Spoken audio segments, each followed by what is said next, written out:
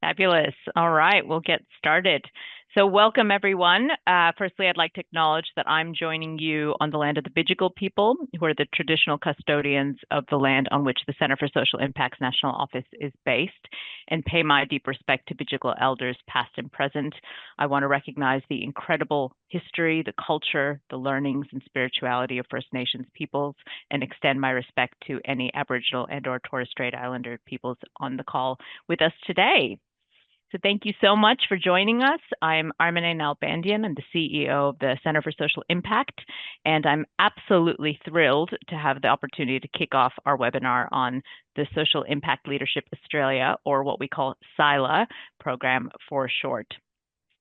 Over the next 45 minutes, you'll hear from the members of our program delivery team, our visionary funders, and past SILA alumni. By the end of the session, you'll have a clearer understanding of what SILA offers, how it works, and the impact it's having, and ultimately how SILA is equipping for-purpose CEOs across Australia to drive meaningful change across their organizations and the systems in which they operate.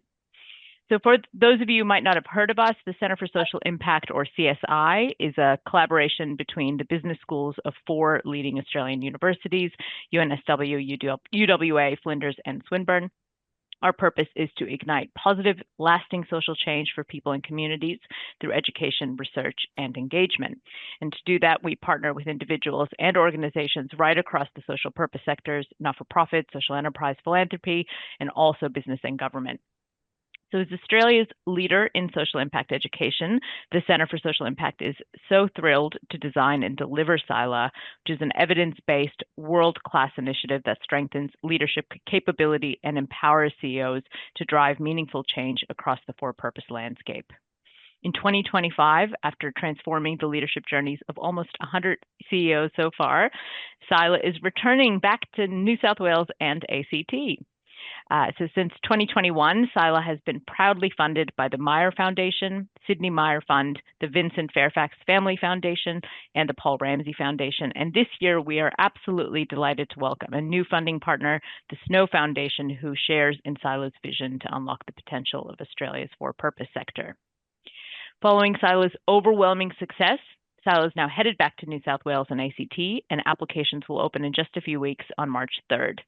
Full details on how to apply, including eligibility criteria, are all available on the SILA website, along with an overview of the selection process for the 24 fully funded places in the 10-month program. We'll also send out some info to you post this webinar, and if you have any questions that spring to mind on the call, please feel free to pop them in the chat. Now, before I introduce our absolutely fabulous program lead, Professor Christy Muir, I'd like to take just 2 minutes to share a video with you featuring SILA alumni outlining the key lessons they gained from the program.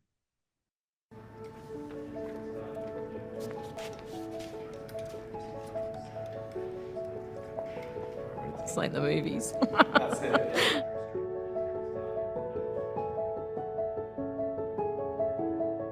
One of the learnings or the insights I got was, how do we translate adaptive leadership in order to create change? Adaptive leadership is, of course, working in a space where you're dealing with adaptive challenges. So it requires you to be comfortable where the problem itself is not necessarily clear.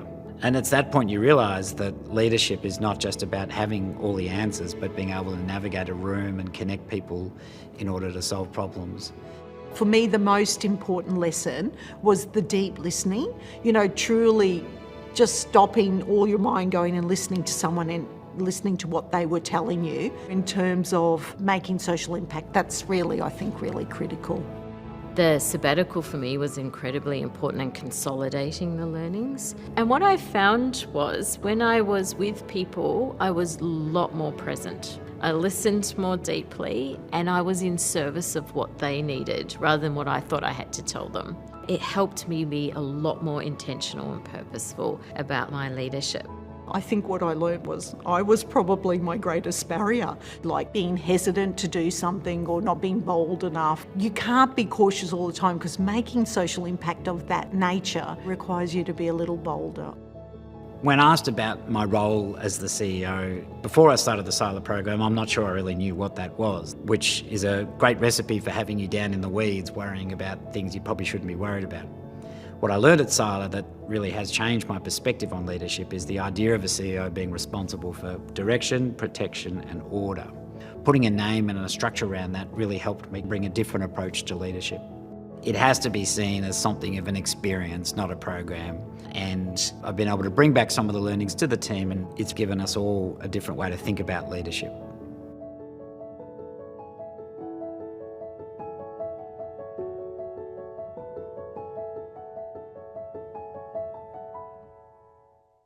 Thank you. I always find it so inspiring to hear from the incredible for-purpose CEOs across the country and the ones that have taken the program.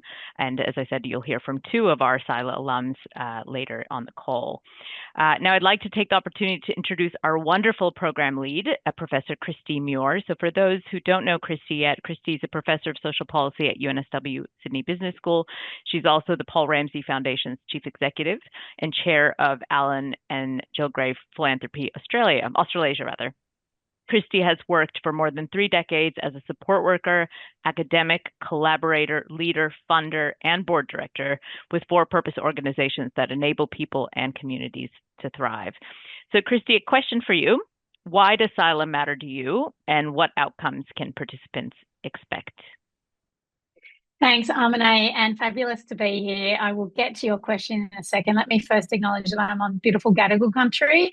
Pay my respects to the Gadigal people, the traditional owners of this unceded land, and thank you to everyone who shared their locations in the chat. Let me acknowledge the traditional owners of the lands you're all on, and pay my special acknowledgement to any First Nations peoples who are with us, and then also my gratitude for the great people we get to work with day to day. SILA is super important to me. I have been in the not-for-profit sector since I was a 13-year-old, and I remember my first professional development opportunity, which was like a day on how to work with kids with challenging behaviours. I spent about 10 years in the disability space, and I'll still remember that moment of somebody actually going, hey, you're worth investing in because we want you to have these particular skills. Fast forward, decades later, no one need know how many, with 2 CEO roles, professional development in the not-for-profit sector is still nowhere near as common as we would love it to be. And there's 2 things on that. One, how do we support it? How do we fund it? How do we make sure that we're investing in really significant, great professional development? And we see this happen in the for-profit sector. We see it happening much more so in government. In the not-for-profit sector, there's 2 things. One, it's tough to fund if you're working for an organisation to get the money to do a big leadership program. And 2, it's kind of hard even if you can pull together some resources. One of the things we found when we originally did the research is there's this culture of permission that needs to change that says not-for-profit leaders do amazing work, and wouldn't it be amazing if we could invest in the for-purpose sector and had a global leadership program with all of the evidence-based pieces pulled together. And so I guess that's where and how SILA started, on a whole bunch of research. Fast forward, you guys who are listening to this will be amongst, those of you who are successful in the program will be the 5th cohort in SILA. And I'm still really proud of SILA actually having sort of that key focus around this synergy between 3 really important pieces to the puzzle. The evidence base that we set the program around, but the really important 3 goals that we're trying to achieve are building leadership of the self, leadership of the organisation, and really importantly, and many of you on this call will get this, leadership of the system. And as not-for-profit or for-purpose, whether you're running a social enterprise or a not-for-profit, you exist amongst an ecosystem where we're trying to create some kind of change. And so recognising that we're part of that, and some of you will day-to-day be leaning into systems change, others of you will be more part of an ecosystem and trying to think about what that might look like. But I think these connections between leadership of the self, leadership of the org, and leadership of the system are really important sort of integration points. So these are the outcomes that we expect to get from SILA. These are the things that we have consistently applied and made sure we've done. In terms of how the program works, we will get to in terms of the componentry. But I think the other thing is I can talk about the purpose of SILA, and we've got some great alum. You heard some alum videos. We've got some great alums who will join us shortly. But the other thing I wanted to do is just give you a quick snapshot of some of the outcomes we've seen and that I'm really proud of in terms of SILA being able to produce thus far. So I don't know how many of you use Net Promoter Scores or are familiar with them, but we have a Net Promoter Score of 95 out of 100 we got for Cohort 3. The Net Promoter Score across the full program is similarly very high in terms of all of the other previous cohorts that have gone before. But I mean, 80 is world standard, and I think that this is something that I'm proud of, and I know some of the other funders are proud of. We want to make sure we have an independent evaluator now, so we want to make sure that this is adding knowledge, it's adding confidence, and that SILA alums and participants during the program can apply what they're learning in real time.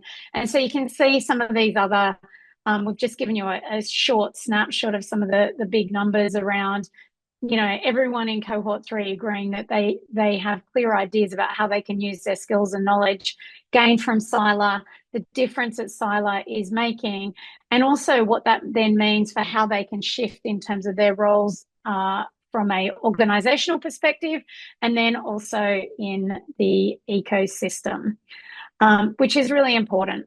So that's just some of the big outcomes.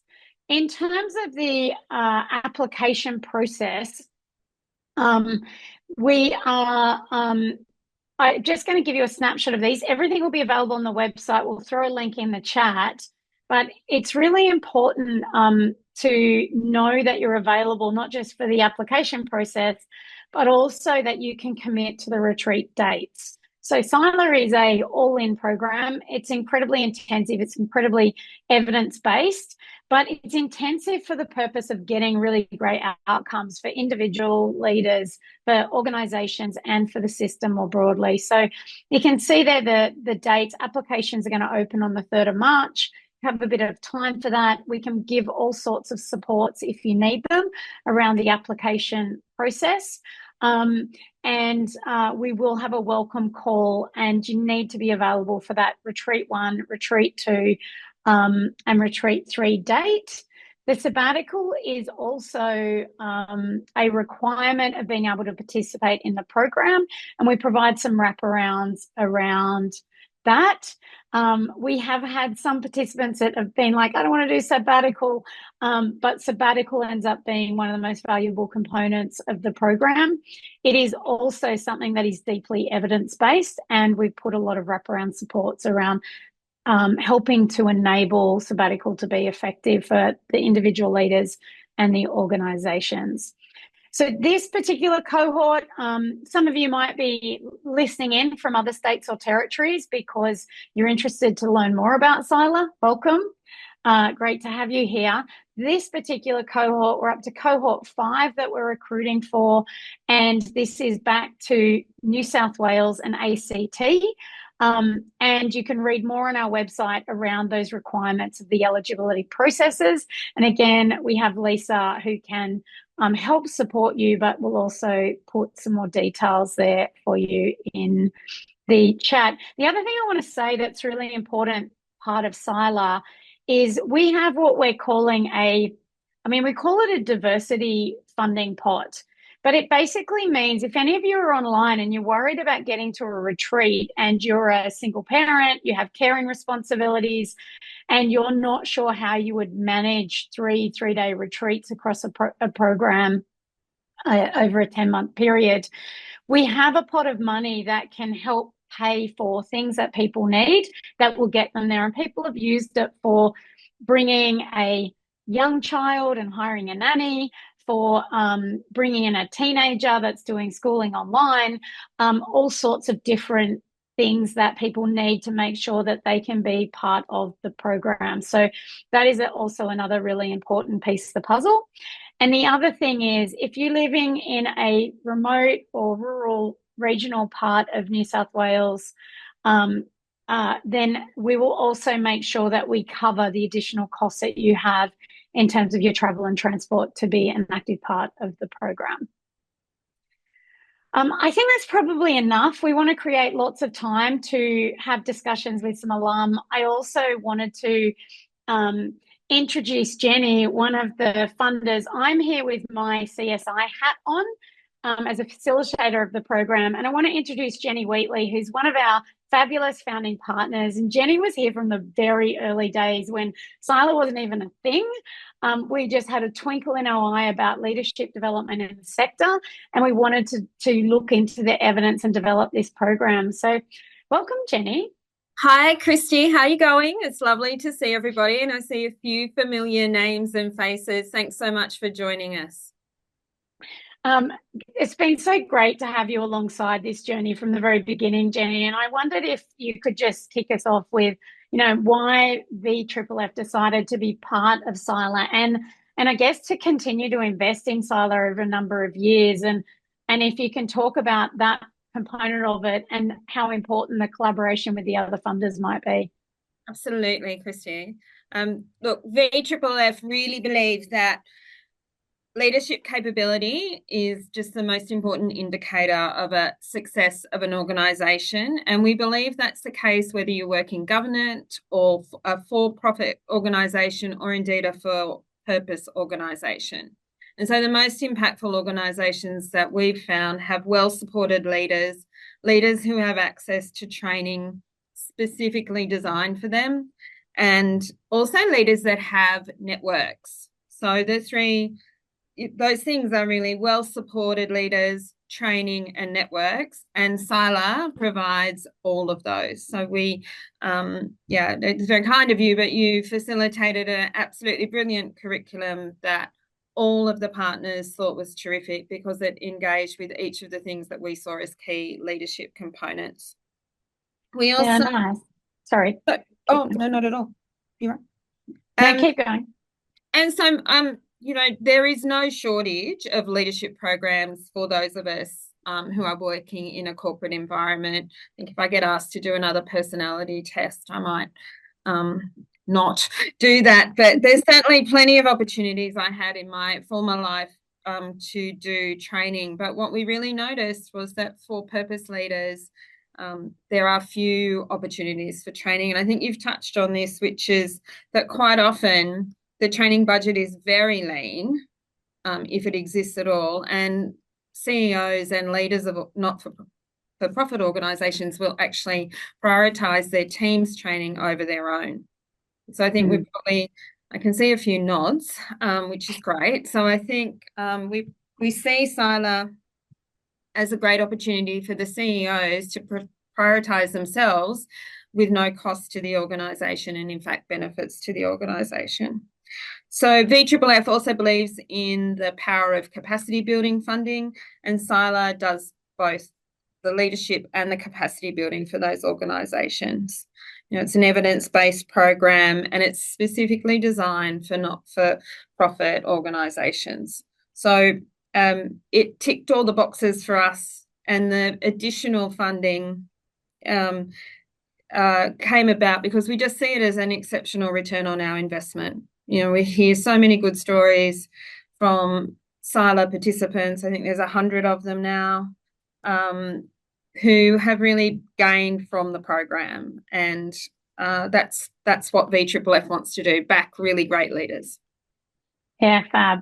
And on those 100, Jenny, fast forward, it's quite remarkable that we now have 100 alum. And I think what's amazing, one of the things I love about SILA is that piece around it's not just about the 100, it's a ripple of their organisations and the systems that they're working in and the communities they live and how leadership shows up in all different places and spaces. So what have you seen over the last, for the last 4 cohorts that have completed SILA? How have you seen some of those challenges you raised being addressed through the program? So look, let's talk about the ripple effect for a moment, because I pulled up one of the conversations that we'd had with someone from our first cohort, and she was an amazing lady in rural and regional, because of course VFFF is very keen to see rural and regional people get this opportunity. And she emphasized she had done the course, and then she went back to her organization and ran a mini leadership program for 12 of her team. So that was and they all loved it. And, their feedback was that they were better leaders. And I think that story gets told time and time again, that it's not just the leader on the program, it's their team, their organization, could be their board, who all benefit from SILA. So I think, that's a key story. We hear it repeated. We're privileged to work with quite a few of the leaders that have been through the SILA program. And there's always comments about the impact of it, what it changes. And we see that in our day-to-day work as well. Yeah, fab. It's so interesting because I occasionally, when I wear my other hat, my PRF hat, CEO hat, I occasionally go into rooms, and not everybody knows that I have I facilitate SILA hat, and I hear, oh, they're a SILA alumni. So it is really interesting around how that gets picked up more broadly. I think on the other ripple piece to that, they go off and teach 12. One of the other things that we do with SILA that I think we've really iterated over time, and it's landing really well, is how much we kind of invest and support in a step-up leader, so that actually, I know as a CEO and working in, my previous not-for-profit CEO role, it's so tough. Your resources are so tight that it kind of sometimes feels like you're a bit alone in the space. And how do we kind of make sure that we can invest both in that deputy step-up leader, but also the leadership teams? And I know the coaching, the step-up leadership kind of group that gets together, and the wraparounds that go with SILA are all part of that story of enabling that ripple effect. And I think, Christy, that goes to the networking effect that you have. You mentioned feeling alone, and again, I saw nods. I think when you are a CEO of a for-purpose organisation, you're dealing with really complex problems. Having a cohort to draw on, even if it's just to ring up or send a message through on WhatsApp and say, I've experienced this today. What do you think about that? I think that cohort is incredibly powerful. And again, it's something that corporates do really well, but perhaps this is a great opportunity for purpose to have that organisation. I should mention that one of the things we really see here around the collaboration is that we see SILA organisations collaborating, but also there's a great moment here where 4 foundations, or 5 foundations now actually, are collaborating. So we welcome very much the Snow Foundation and Georgie Byron to our funders group. And we're, the Maya Foundation, Sydney Maya Fund, PRF, the Snow Foundation, we're all very excited about sort of demonstrating a collaboration to the sector, and then encourage, because we're always encouraging people to collaborate, or grantees to collaborate. So we're sort of walking the talk, if you like. And that's provided some really impactful resources, some more expertise, and a great breadth of which you can call on. Yeah, nice. Thank you, Jenny. Well, I do want to make sure that I'm sticking to the time period, and also that those of you who are kind enough to be part of this call to hear more about SILA, hear from actual SILA alum, and can in real time ask some actual questions or things that might be burning.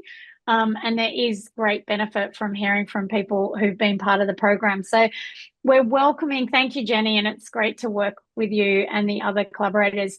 I want to welcome now 2 of our great alum from Cohort 3. So Paul and Nagaya are both with us, and yes, I can see them now, so excellent.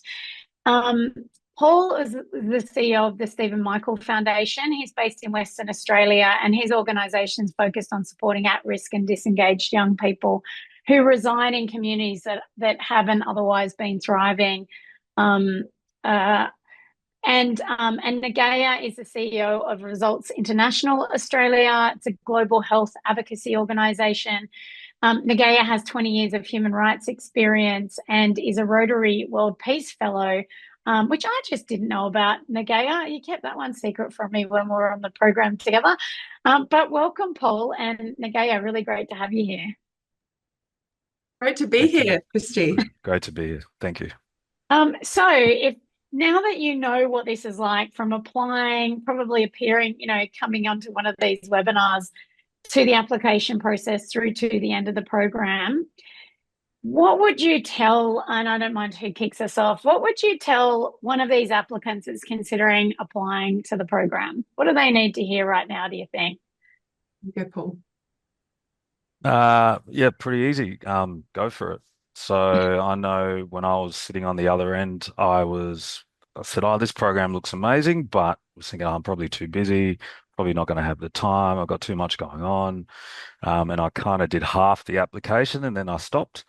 And then I got an email from Lisa saying you need to complete your application, which I did. And thankfully I got into a program which for me was truly changing in terms of my career, but also in my personal life as well. Thanks, Paul. Nagaya? Yeah, I'd say much the same. I just think go for it. I'd apply again in a heartbeat. It is such a wonderful program. I mean, as Christy has talked about, it is so comprehensive in, working on the individual, the organization, and the system.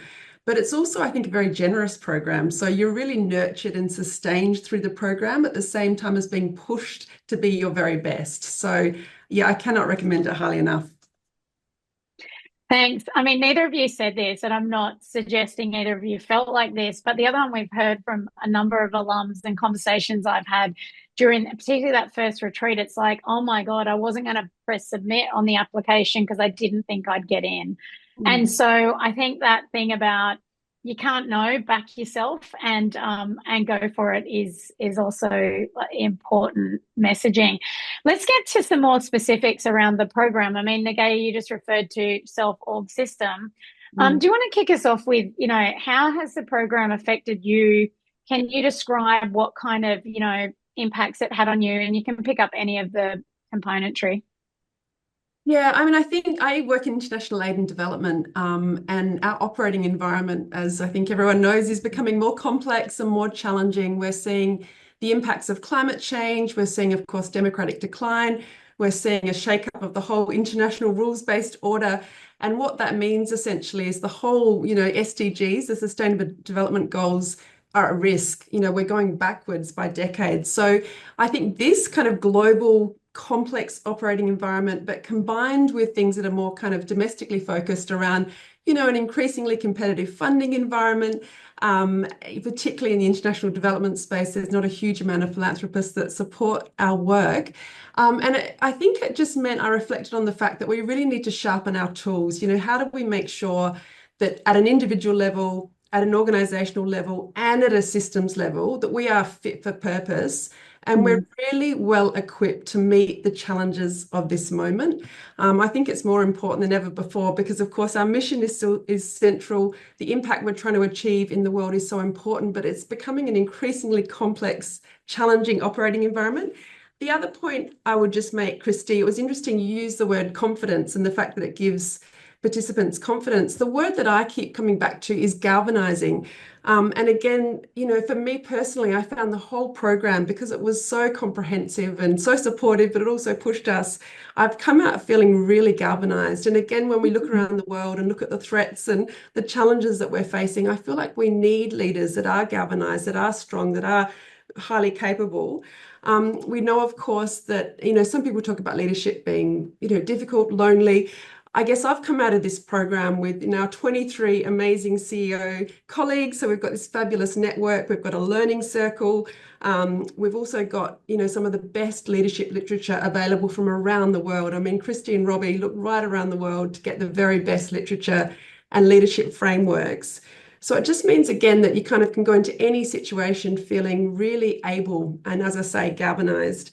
The other final point I would make, and then love to hear from Paul, but just more personally, I think what the program does encourage participants to do is really bring their whole self to the program. So you're not just talking about leadership in the abstract, you're actually telling your own life story as part of it as well.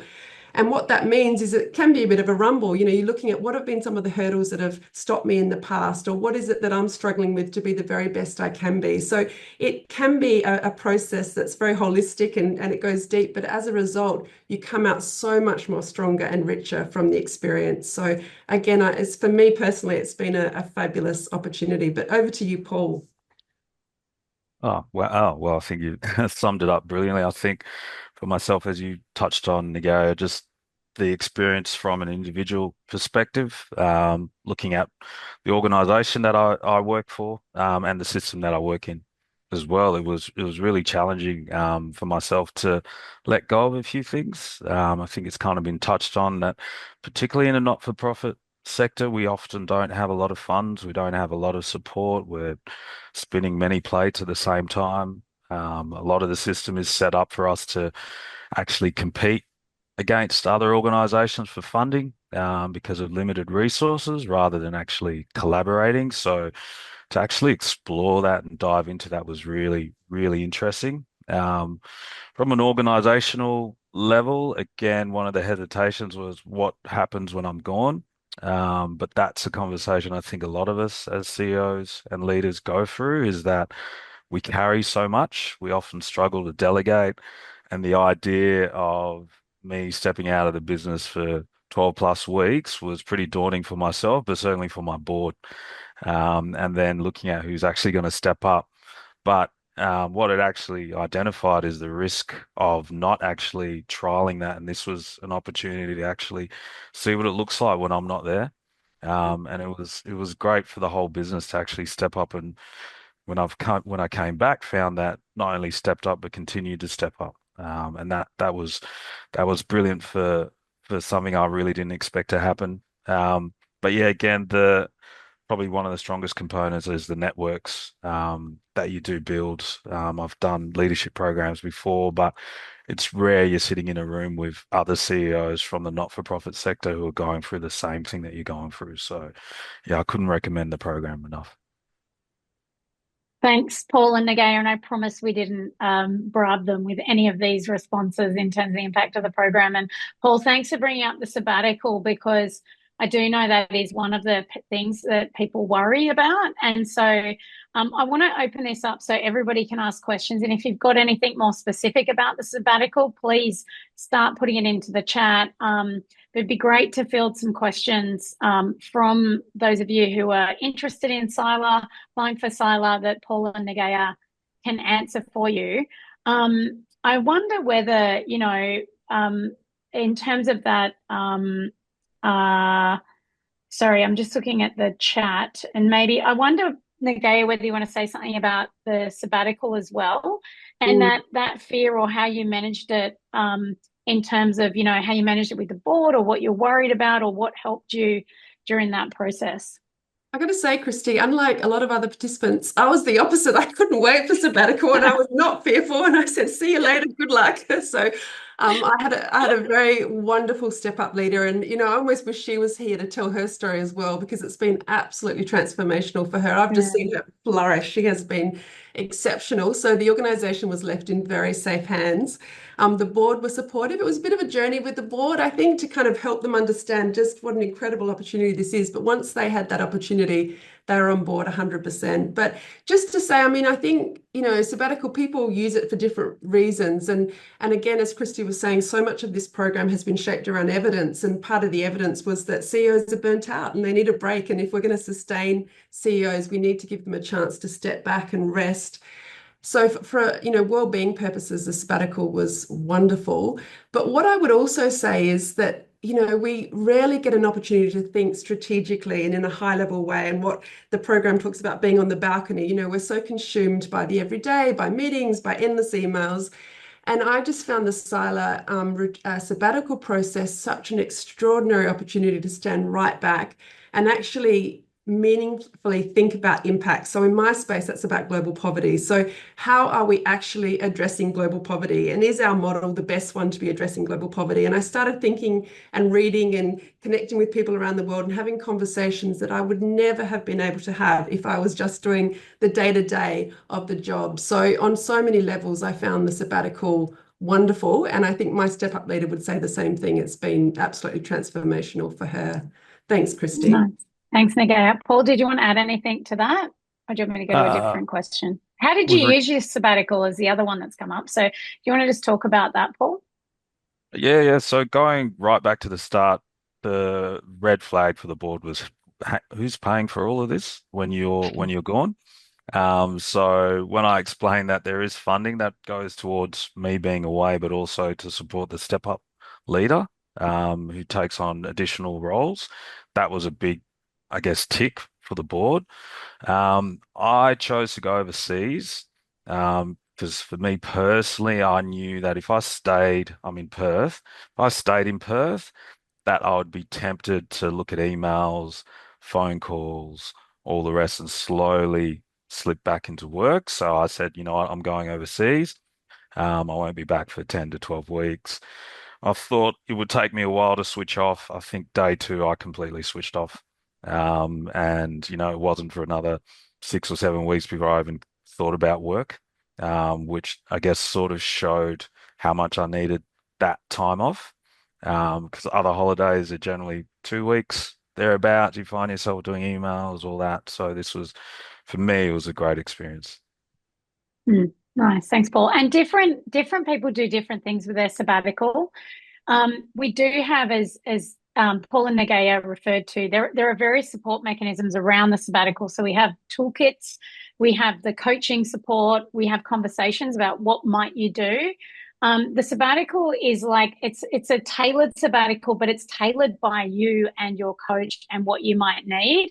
So part of this is so different people will do different things. It is 3 months. We do have a period of time where we recommend people take it. And so we have a retreat 1, a retreat 2. The idea is ideally you can do your sabbatical in the block before retreat 3 and the program finishes. As Paul alluded to, part of the funding is, and Jenny also spoke about this, each organisation gets an unrestricted, it's roughly around $32,000 unrestricted funding, and you can do with that what you need to as an organisation. Some people will, like Paul said, they'll use it to top the salary up of the step up leader while they're acting CEO. Some people will use some of that for other leadership components that they want to bring into their org. It may even be, as a CEO, you have to also run your marketing and comms because you're so lean that you need to spend X dollars on bringing in a marketing and comms while your step up leader holds other things. So people, it varies, and we will wrap around to support what that might look like. There's also been a question about the step up leaders and can you have 2? We also work alongside the step up leader sort of process, but ideally you will have someone in mind as you are applying. Paul or Nagaya, do one of you want to just talk about your step up leader process and how you identified it? And maybe, you both don't run enormous organizations, as in you don't have hundreds of people like some other CEOs do. And so how did you manage this in a relatively lean environment? Do you want me to jump in, Paul? And then Yeah, you go. Go. I encouraged all 3 of my leadership team members to apply. I really wanted an open, transparent, fair process. Interestingly, only one did, and she was certainly someone who I thought was highly capable, so it worked really well. I think, had all 3 applied, it would have been tricky, actually. It wouldn't have been as straightforward, but as I say, I had one apply and she was the right candidate. So what about you, Paul? I already had someone who was pretty much 2IC, but what was interesting, there was another staff member who showed a lot of potential. So I did think about, well, do I sort of split it, give them the opportunity? But in the end, I decided give it to one person for the full experience. What was great with the program is the fact that they got a mentor as well, and they went through a lot of the process, not just when I was away, but particularly in the lead up to me leaving, so that they felt confident. The chair of my board also attended some of those sessions as well. So it was a great, almost succession planning leading towards her sabbatical. Thanks, Paul and Nagaya. There's questions about what size of the organisation is this most useful for. So there are rules and guidelines, and I won't go through those because I don't want to take up time. That you can read about it on the internet, and also we can do specific questions because there is an in-kind kind of option around total cap. But I wonder whether from either of your experiences or talking to the other alums, your cohort had such different groups of people. We've got people in the chat here who are also running small organisations that are in regional or rural areas. Do you want to just talk about, do you have colleagues, peers that were part of the cohort? Can one of you just talk about the range of different kinds of orgs that your peers were running? You want to jump in, Paul? Yeah, absolutely. So our organization, we have around, when I did the course, probably about 25 staff, and we were about 5 years old. So still quite new, still filtering our way through the landscape and the system. And we operate metro and regional and remote. So it was very helpful. But yeah, within our cohort, we had some leaders who had teams of 100 plus, working across 2 states. We had others who had a small team of 3 or 4 people. And so again, the challenge for them was, well, how do I actually step away from the business when we're so lean? And just that diversity was really good. So again, in terms of what the program can offer, understanding that at any stage of the business, it actually had a really good impact. Yeah. Okay.